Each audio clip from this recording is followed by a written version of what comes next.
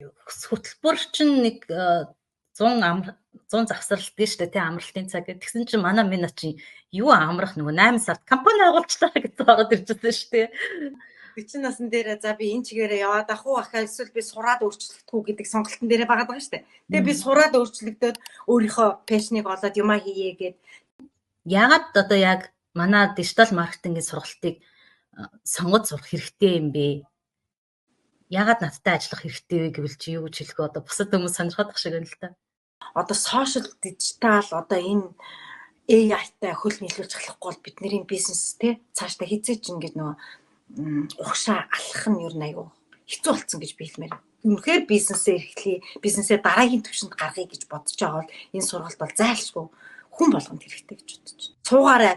Зүгээр та нар тэндээс маш олон юмыг гаргаад жилийн дотор л хүн ингэж өөрчлөгддөг.